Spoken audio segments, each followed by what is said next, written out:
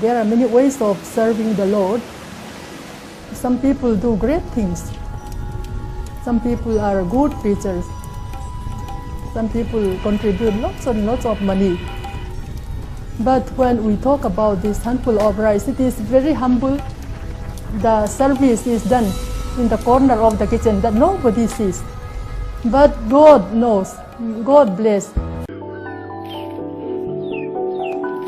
Bu Phai Tham is a practice where each Mizo family puts aside a handful of rice every time they cook a meal, and later gather it and offer to the church.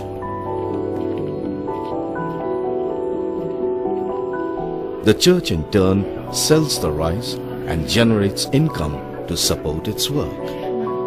The Handful of Rice ministry started in Mizoram in 1910. This concept of Bu Phai Tham became so popular throughout Mizoram over the years that giving was not limited to some individuals. The whole of Mizoram, rich or poor, young or old, everybody contributed to it.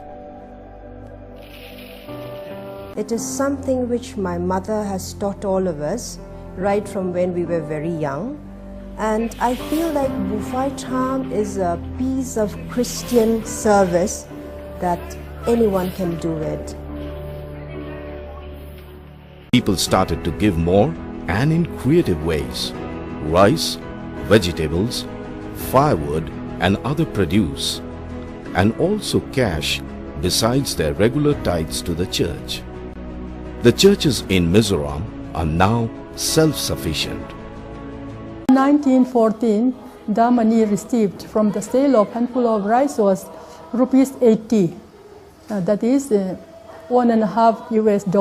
In the year 2009 and 2010, we raised money, $1.5 million US from handful of rice offering.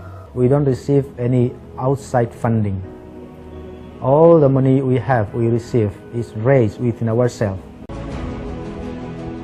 Mizoram state is the most backward state in India, and we are the poorest of the poor, but still we can raise funds for the ministry of the Lord. We can support 1,800 mission workers, and in the meantime we can also send overseas missionaries. There have been times when some churches have thought that we need to get blessings from God, and the attitude has been, what can we get when we become part of the church? But here the handful of rice offering inspires us that God has called us to share what we have with God for God's ministry.